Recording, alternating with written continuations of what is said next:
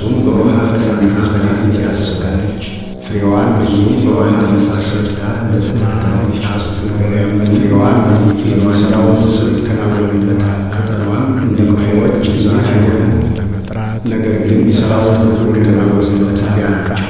ስለዚህዎች እንዲህ አይረፍነች ኃጢአተኞች ከፋሲካው አይወስዳት ትቢያ ናቸው። እግዚአብሔር ስለዚህ ክፉ ቀኖች በክፉዎች በኃጢአት ጻድቃን ሕጉንም በቀንና በሌሊት ያስባል። እርሱም በውሃ ፈሳሾች ዳር እንደተተከለች ፍሬዋን በየጊዜዋ እንደምትሰጥ ቅጠሏም እንደማይረግፍ ዛፍ ይሆናል። የሚሠራውን ሁሉ ይከናወንለታል። ክፉዎች እንዲህ አይደሉም፣ ነገር ግን ነፋስ ጠርቆ እንደሚወስደው ትቢያ ናቸው።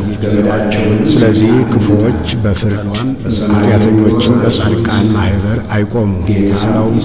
እግዚአብሔር የጻድቃንን መንገድ ያውቃል፣ የክፉዎች መንገድ ግን ትጠፋለች።